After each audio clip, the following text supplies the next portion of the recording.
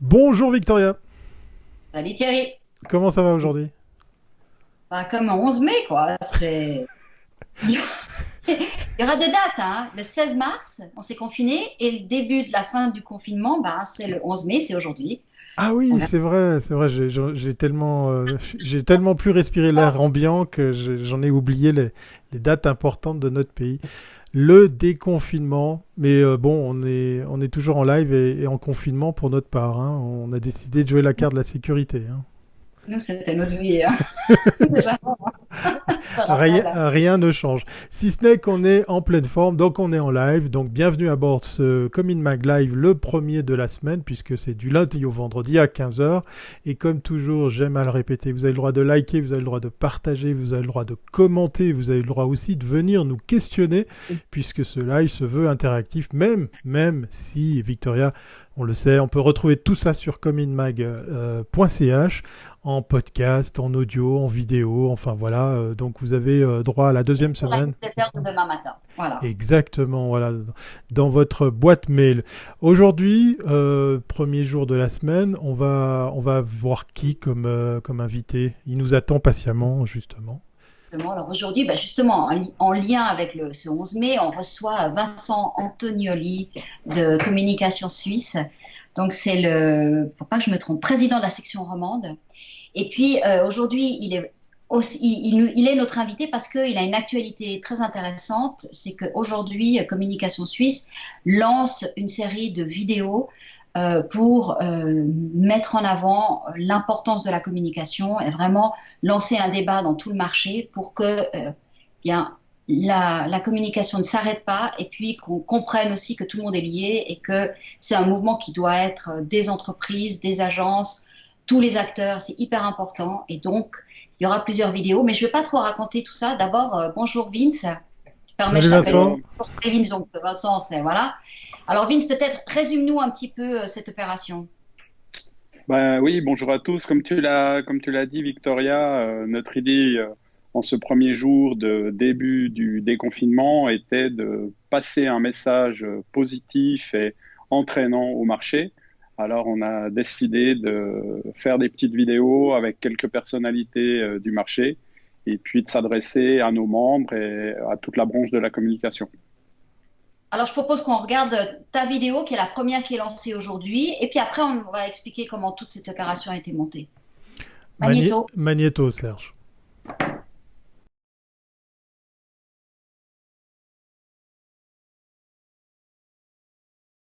Le coronavirus nous a rappelé qui sont les vrais héros. Il a rapproché les familles. Il a fait la part belle aux services et aux produits locaux. Le virus a également accéléré l'émergence de nouveaux modes de travail, en particulier la digitalisation de certains échanges. Ces dernières semaines, ensemble, nous avons pu contenir la propagation de l'épidémie. La solidarité a été déterminante. Elle l'est encore aujourd'hui au moment où l'économie reprend gentiment ses droits. Comme tous les secteurs d'activité, la branche de la communication a souffert. Mais nous sommes prêts et armés pour relever les défis qui sont les nôtres dans les semaines et les mois à venir. L'été approche. Avec lui, la nature s'embellit. Elle nous offre des paysages colorés, magnifiques, surprenants. Des tableaux auxquels nous sommes de plus en plus attentifs. Une source d'inspiration pour être toujours plus créatifs et novateurs, comme nous l'avons toujours été en cas de contrainte. Alors, soyons solidaires, créatifs et surtout, communiquons.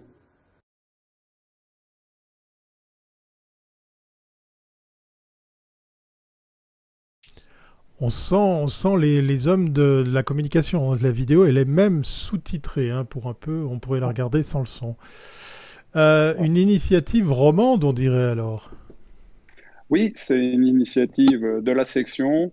On a, après avoir travaillé sur le plan national avec l'association centrale les premières semaines, on s'est dit au sein du comité directeur qu'il fallait donner un élan à la Suisse romande, profiter un petit peu de cette période spéciale pour donner la parole à nos membres et puis communiquer avec eux. Alors, on a fait une opération en deux temps. La première, c'est qu'on a, par le biais de Patrick Zanello, organisé toute une série d'entretiens avec des professionnels de la communication. Alors, ceux-ci répondaient sous forme plutôt écrite à quelques questions posées par Patrick. Et puis, quand la date du 11 mai est arrivée, on s'est dit qu'il fallait passer à autre chose et puis donner un message d'espoir, un message d'encouragement au marché. D'où cette organisation de vidéos avec quelques personnalités de la branche. Alors justement, il y a 7 personnes au total je pense que tu as déjà monté toutes les vidéos, donc tu as reçu, il y en aura 7. Donc elles seront échelonnées tous les 2 jours. Je les ai pas vues, donc j'en ai participé à une, mais j'ai pas vu les autres. Donc le message est toujours plus ou moins le même. Comment ça? Oui, globalement, ce que disent chaque acteur de la branche, c'est qu'il faut communiquer. Il ne faut pas hésiter à se lancer dans des plans de communication. On n'a pas vraiment la possibilité d'attendre.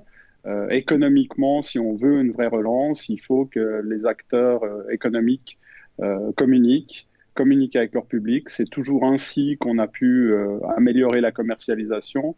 Et Dieu sait qu'on a besoin aujourd'hui pour tout un chacun de faire des affaires, de recréer du chiffre d'affaires qu'on a vu s'estomper ces derniers mois.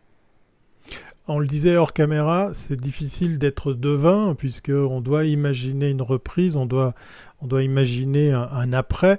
Aujourd'hui, effectivement, date importante, symbolique, puisque effectivement certains commerces, certains établissements ouvrent à nouveau.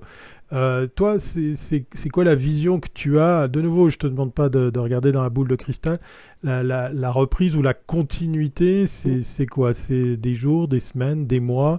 Cette initiative autour de ces vidéos, c'est pour un petit peu accélérer tout ça?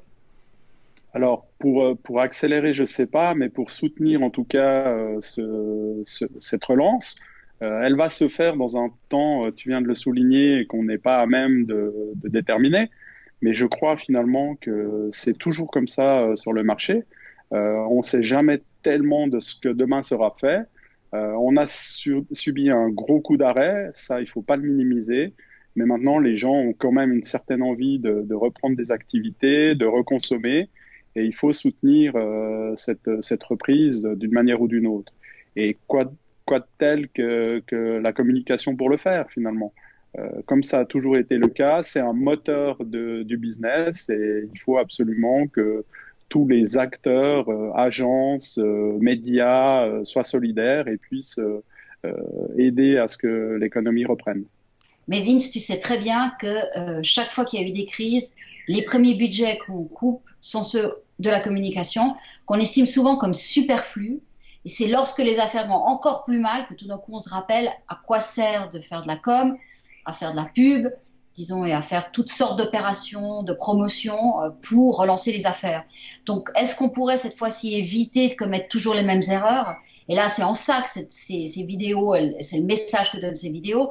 Mais le problème, c'est que si les acteurs, agences, médias en sont totalement conscients, dans beaucoup d'entreprises, tu vas avoir des responsables marketing qui vont dire bon bah finalement on n'a pas le budget et on est tout le temps un peu dans ce schéma-là. Qu'est-ce qu'on peut faire pour vraiment éviter de retomber tout le temps dans les mêmes erreurs? Et là, on n'a plus de marge cette fois-ci pour attendre. Alors, comme tu viens de le dire, on n'a pas de temps là. Il faut vraiment qu'on puisse immédiatement reprendre la communication et c'est pour ça qu'on a choisi un panel de personnalités à même de représenter le marché le plus large. Donc, il y a le directeur de l'Association suisse des annonceurs, il y a un représentant des agences médias, il y a la directrice du Leading Swiss Agencies, on a un acteur du marché qui est chef marketing et vente chez Swissquote, mais aussi représentant de l'Association suisse des annonceurs et puis publicitaire de l'année. Donc, on a avec le panel choisi essayé d'être très large et puis de dire finalement c'est pas l'objectif d'un média, d'une agence, d'un publicitaire ou d'une association, c'est un objectif commun. On doit tous avoir cet objectif-là, tous les acteurs, et puis il est important que les responsables marketing, de communication jouent le jeu également. Est-ce qu'en Suisse alémanique, ils font quelque chose, Communication Suisse, ou c'est que la section romande qui a agi? Alors, cette initiative-là est une initiative purement romande. Je crois que la taille du marché fait qu'on est plus petit, on a besoin d'être plus créatif, quelquefois plus innovateur.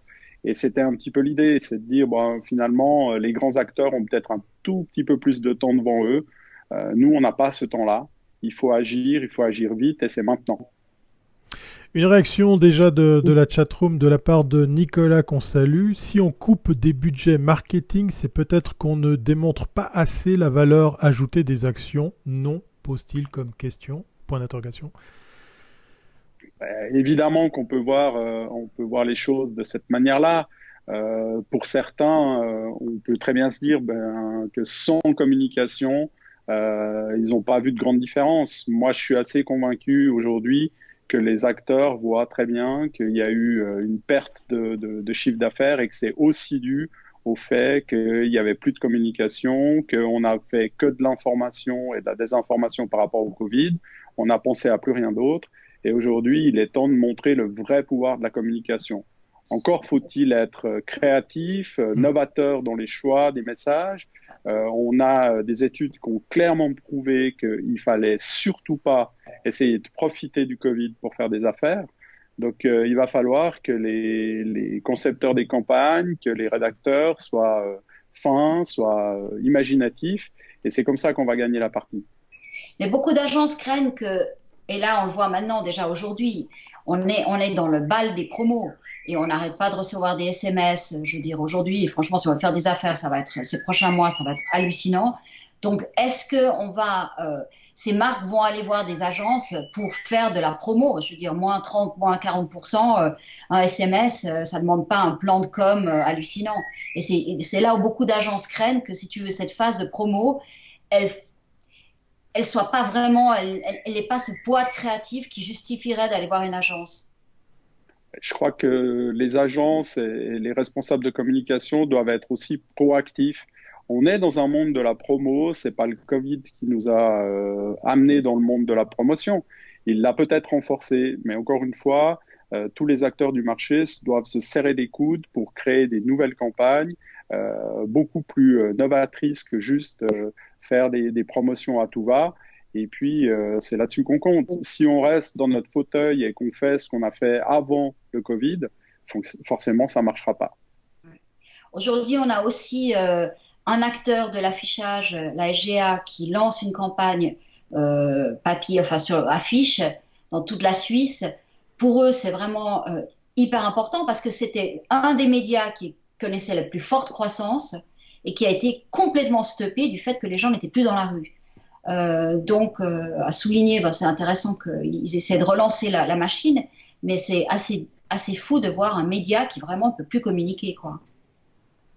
Je crois que malheureusement, les médias, il y en a qui ont perdu plus et moins que d'autres, mais les médias sont clairement ceux qui ont pâti le plus de la situation. Et même les médias qui sont utilisés aujourd'hui, la télévision ou les réseaux sociaux, n'ont pas su tirer leur épingle du jeu par rapport aux investissements publicitaires.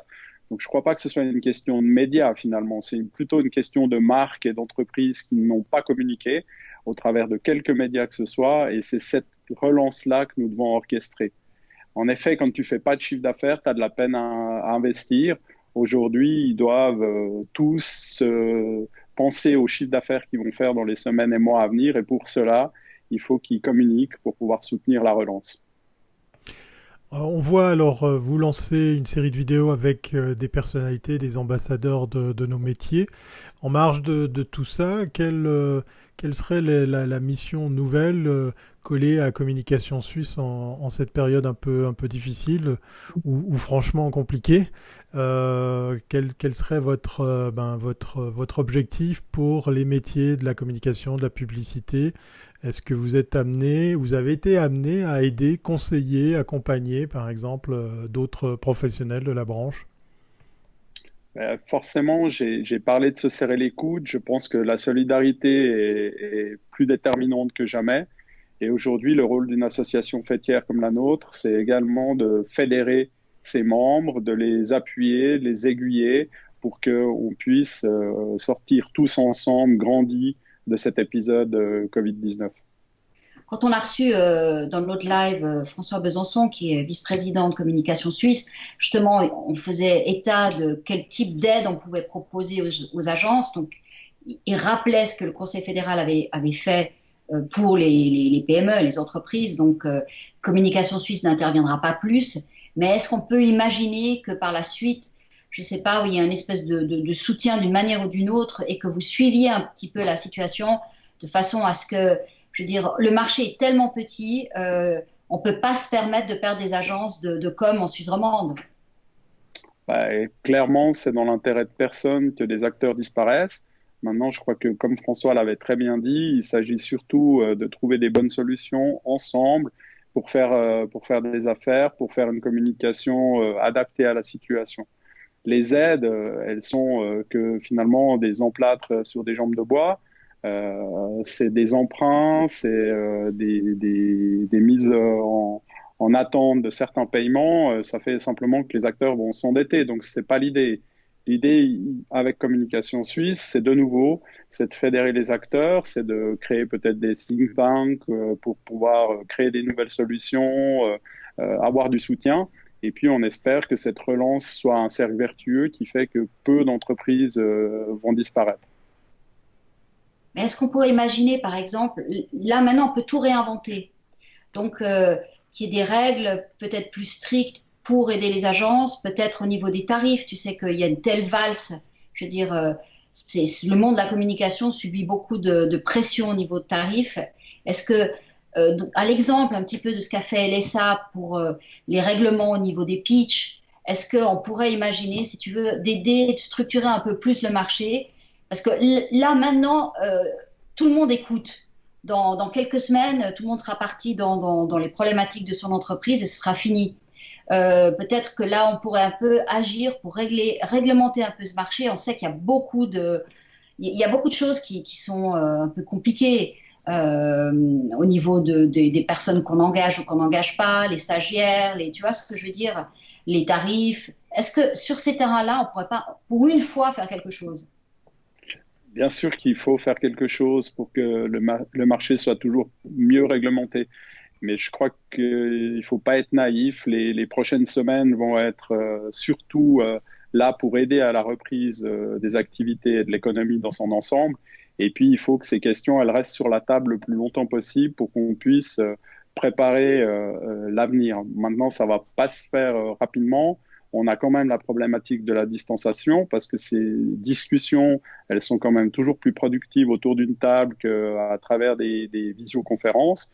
Donc, il faudra s'asseoir autour de la table avec les différents acteurs et puis reprendre ce qui s'est bien déroulé et ce qui a moins bien fonctionné dans cette période de crise. Donc, on ne va pas pouvoir régler les choses avant que la relance ne s'orchestre. Il va falloir faire les deux en parallèle et essayer que les gens n'oublient pas trop vite ce qui s'est passé en mars, avril, mai et les mois qui vont suivre. Alors, on vient de parler des briefs, on vient de parler des tarifs. C'est des choses auxquelles on pense naturellement pour se dire on pourrait comme ça améliorer ou corriger certaines erreurs dans lesquelles on tombe très vite. On a d'ailleurs ici évoqué sur Common Mag Live la fameuse question des briefs payés, non payés. Est-ce que nos métiers vont changer après cette crise? On voit que c'est difficile d'imaginer quand est-ce que sera la reprise, le retour à une nouvelle normalité. Est-ce que tu vois, est-ce que tu sens ces métiers de la communication, de la publicité évoluer, changer? Et là, je ne parle pas bien évidemment uniquement de présenter un projet au travers d'un Zoom ou d'un Skype. Je parle aussi peut-être d'autres réflexes, d'autres outils, d'autres moyens de faire. Je crois que les méthodes de travail et les organisations ont changé profondément en quelques semaines. Le Covid cette crise a été finalement un accélérateur de ce changement. Et pour aller dans ton sens, Thierry, je pense qu'en effet, on va travailler différemment. Maintenant, il y a toujours des acteurs qui ne saisiront pas la balle au bon. Il y a toujours des acteurs qui iront dans les mêmes dérives qu'ils sont allés jusqu'à aujourd'hui.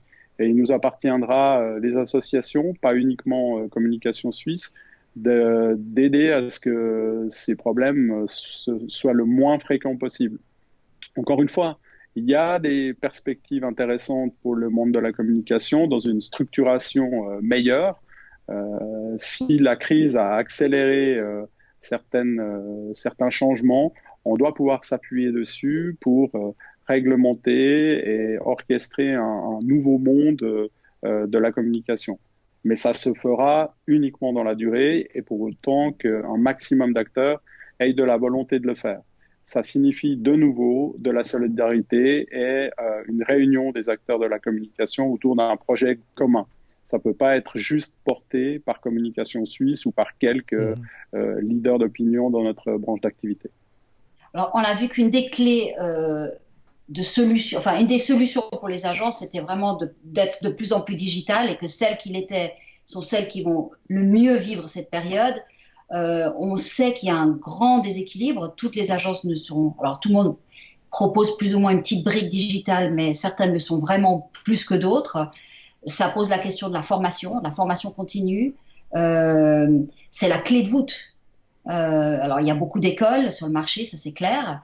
Il y a peut-être pas assez de petites formations, je dirais, qui permettent à des professionnels de faire des formations plus courtes parce que certains n'ont pas le temps de reprendre des études. Comment est-ce que tu vois ce marché? Comment est-ce qu'on peut... Je crois que le domaine de la formation est un des domaines qui a dû se réinventer ces dernières semaines. Ça a été très très vite pour de nombreux acteurs qui ont, alors qu'ils n'avaient jamais parlé de cours en ligne, fait des cours en ligne en quelques jours, en quelques heures, ils ont mis en place des cours en ligne. Et je pense que ça, c'est un vrai bon signal avec des nouveaux formats. Ces formats courts, ces formats à distance que tu peux picorer comme ça un petit peu tout au long de ta semaine parce que jusqu'à présent, tu avais du temps. Mais demain, les gens vont faire du télétravail. Ça veut dire qu'ils vont organiser leur travail différemment et ils vont donc pouvoir continuer à suivre des types de formations courtes en ligne. Donc, c'est une vraie opportunité pour les métiers de la communication de pouvoir, si les acteurs de la formation sont dans le coup, offrir des nouvelles perspectives de formation. Maintenant, je reviens juste sur la digitalisation, Victoria. Il faut, je crois, qu'on arrête de parler de cette digitalisation comme étant le Graal. La communication a évolué, mais la digitalisation n'est pas une discipline. On a des nouveaux canaux de communication, c'est essentiel. On a des nouveaux outils pour travailler de manière digitale. Ça s'est encore vu et de manière très forte pendant cette crise, mais le marché de la communication en tant que tel, les métiers n'ont pas évolué que parce qu'il y a une digitalisation. C'est aussi des nouvelles offres, c'est aussi une nouvelle réalité dans la conception des partenariats, dans les contrats qu'on fait avec les clients. C'est tout ça qui doit changer. C'est pas juste mettre une caméra sur son ordinateur et puis dire qu'on s'est digitalisé à cause du Covid-19. Non, ça c'est clair. Non. Oui. Alors, un thème qui nous est cher et d'ailleurs qui fait des émules dans la chatroom, puisqu'effectivement un nouveau message de Nicolas qui nous dit qu'il est totalement d'accord avec toi, Vincent. Je ne comprends pas très bien cette situation. Cette situation est une aubaine pour les agences pour réorienter leur action et aider les PME qui ne sont pas encore sur le digital. Cela fait longtemps que les agences n'ont pas été menacées, mais les agences digitales ne le sont absolument pas. La communication va devenir un axe prioritaire pour les PME ainsi que la digitalisation. Et il posait la question, qu'en penses-tu? En partie, Vincent, tu as répondu. On va peut-être d'ailleurs insister, Victoria, sur ce fameux terme de digitalisation qu'on s'est promis de plus utiliser, puisqu'effectivement... Il y a tous les jours, mais voilà, c'est fou, c'est fou. C'était justement ce que je voulais que Vince amène, parce que c'est clair que c'est une opportunité, une très grande opportunité aujourd'hui, et puis que beaucoup d'entreprises vont devoir changer de modèle. On voit bien, elles ont le pas de la visioconférence qui semblait impossible il y a quelques mois et très compliqué. Le télétravail. Les outils sont très très simples. Le problème, c'est pas d'adapter un outil, c'est d'adapter toute la structure, la façon de travailler autour de ces outils. Et puis la manière de penser et comment toucher son client parce que lui, il est déjà sur ces outils. Donc là, on voit bien qu'il y a un modèle qui est complètement à repenser au niveau des entreprises, surtout des PME. Alors c'est vrai que arriver sur ces outils, des fois, ça a un coût. Et si on ne paye pas le coût, il y a aussi un coût de sécurité, parce que je veux dire, quand c'est gratuit, c'est nos produits, et donc là, ça devient dangereux. Et là, les agences sont au service, et après, effectivement, il faut aussi proposer des campagnes, proposer eh bien, simplement une nouvelle forme de dialogue. Là, tu le vois avec ton agence, Vince, c'est ce que vous faites, avec Debout sur la table, c'est vraiment de parler avec le consommateur d'une autre manière. Et ça, je pense que maintenant, les gens seront franchement plus réceptifs et ça va être beaucoup plus facile de faire comprendre enfin ce qu'on n'arrête pas de dire depuis très longtemps, mais que pour certains, c'était quand même une barrière technologique. Oui, une barrière technologique ou une barrière culturelle. On a beaucoup d'exemples, hein, et on a parlé de la formation tout à l'heure, des écoles qui parlaient pas de formation en ligne ou à distance qui s'y sont mises facilement. Le télétravail, de nombreuses entreprises nous ont dit que ça marchait pas et puis qu'il fallait pas le faire, etc. Et aujourd'hui, elles y sont. Et est-ce qu'elles vont revenir en arrière? On ne sait pas. Peut-être qu'on n'espère pas. Donc, c'est vraiment un changement fondamental. Un exemple, c'est le e-commerce. Ça fait des années qu'on nous dit le e-commerce va tout bouffer, va tout ramasser, etc. Mais les acteurs locaux ne s'y sont pas mis parce que manque de moyens, manque d'ambition, ils ont préféré rester sur le marché tel qu'il l'était jusqu'à aujourd'hui. Ces 8 dernières semaines, ils ont dû créer des portails de e-commerce, des boutiques en ligne. Et là-dessus, on ne devrait pas revenir en arrière. Par contre, et là je rejoins ce qui a été dit par Nicolas, notre internaute, c'est une nouvelle opportunité pour les communicants parce qu'il va falloir expliquer aux consommateurs la nouvelle façon de consommer possible et donc créer des campagnes de communication pour parler de e-commerce, pour parler des nouveaux modes de consommation. Il va falloir attraper les gens à d'autres moments dans la journée, à d'autres endroits. Et à partir de ce moment-là, il va falloir réinventer la communication qui va avec. Est-ce qu'on va parler de réinventer la communication? Parce que j'aime bien l'entretien qu'on a eu avec Pascal Meyer de coca.ch qui nous disait plus de 5500 sociétés, petits commerces qui tout d'un coup se sont mises à faire de e-commerce grâce à sa plateforme directe. Alors, c'était pas forcément le but avoué de l'opération que de après perdurer pour leur proposer une solution en ligne, mais on reprend l'exemple du boucher du coin qui s'est dit, moi je vais pas faire de shop en ligne, ça ne vient pas du tout dans mes priorités, j'en ai pas envie et j'ai mon commerce, je fais quelques marchés et j'ai mon magasin. Et là, c'est le même qui doit se mordre les doigts de ne pas avoir un shop en ligne pour qu'on puisse commander ses produits. On voit avec cet exemple que c'est un méchant retour en arrière. On vient sur les basiques, monter un site internet, un site de e-commerce. Donc quand on parle de réinventer nos métiers, c'est peut-être aussi réinventer l'audience à qui on vend nos métiers. Est-ce que tu es d'accord avec cette vision des choses ? Forcément, je suis d'accord avec cette vision-là. Après, il ne faut pas se tromper. La communication, ça a toujours été s'adresser à son audience là où elle est, et de la meilleure des façons. Donc, très souvent, on ne pensait pas. Hein. Attends. On avait fini par oublier. Oui, on a fini par oublier. Et aujourd'hui, on a été remis à l'ordre par cette crise sanitaire avec des métiers qui se sont transformés et qui ont été condamnés à se transformer pour pouvoir survivre. Et puis, la communication qui va devoir s'adapter en parallèle pour pouvoir aider ces nouveaux types d'activités. Après, l'exemple de Pascal Meyer, il est incroyable. Premièrement, parce que ce qu'il a fait est magnifique. Il l'a fait en 2 semaines, 3 semaines. Mais ne soyons pas naïfs. Il est trop intelligent pour pas avoir fait ça avec déjà un coup d'avance et avec la perspective de pouvoir demain développer de nouvelles activités avec les clients qui sont venus sur QDirect.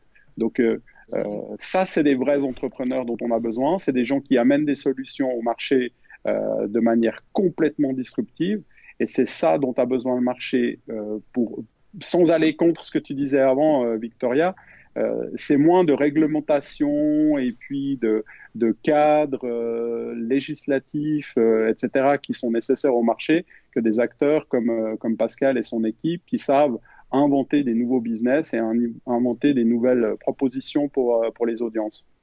Oui, parce que lui, il a compris ce que le client final veut, parce que lui, il le fait tout le temps et il a bien vu. Mais je veux dire, il faut aussi que ces ces entreprises qui vont être aujourd'hui, qui sont hébergées sur la plateforme directe, elles doivent aussi comprendre qu'à partir de maintenant, elles sont dans un écosystème qu'elles ne dirigent plus.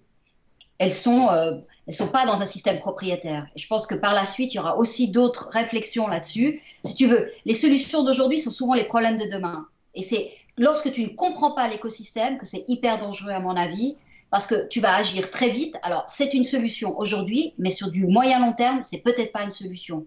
Et donc, ça n'exonérera pas ces entreprises de créer leur propre plateforme. Mais bon, ça, c'est encore un autre débat. Mais je pense que si on agit sans comprendre l'écosystème, on est toujours perdant. Et c'est dans ce sens-là que je disais d'avoir des normes, pas pour des normes, mais simplement pour avoir des règles, je dirais, des règles de bon fonctionnement pour que les gens comprennent dans quel monde on vit. Parce que je pense que beaucoup de gens n'ont pas encore saisi comment ça fonctionne. Mais voilà, mais tout est un début de quelque chose. Et je pense que là, il y a une grande disruption. Et enfin, il y a quelque chose, tout ce qui semblait impossible devient possible. Enfin, je l'espère. Un marché, ça, on est au début d'une nouvelle ère. Voilà, un marché d'opportunités.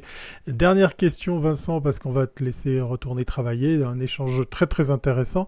Si tu avais une seule façon de défendre l'association Communication Suisse pour celles et ceux qui ne sont pas encore membres, tiens, on va faire un petit peu de pub pour Communication Suisse. À quoi ressemblerait ton pitch pour motiver d'autres professionnels de la branche à devenir membres et ainsi comme ça à se serrer les coudes? Je pense que j'ai appris pendant ces dernières semaines à être encore plus pragmatique. Je crois que les gens de la branche n'ont pas besoin de blabla. Ils ont juste besoin maintenant qu'on se serre les coudes, qu'on se mette ensemble pour écrire une nouvelle page de l'histoire.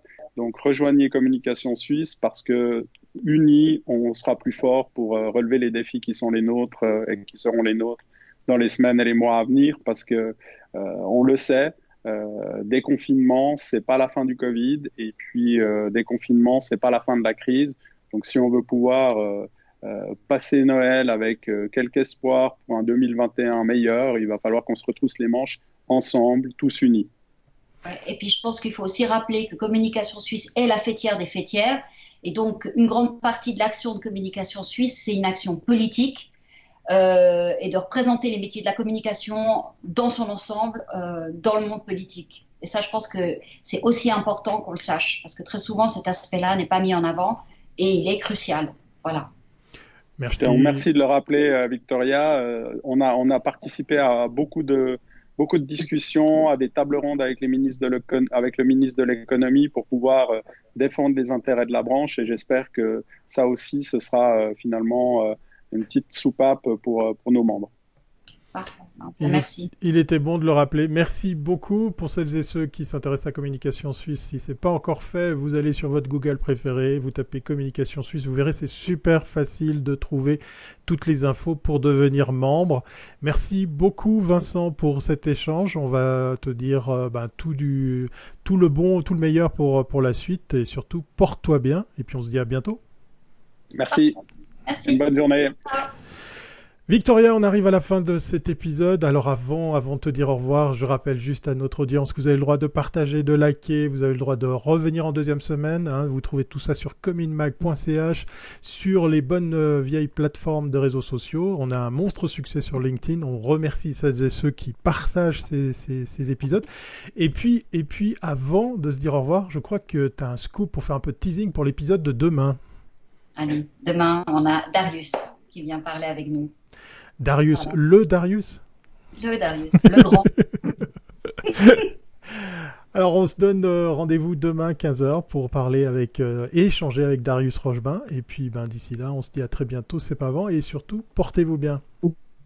À demain. À demain. Ciao, ciao. Ciao, ciao.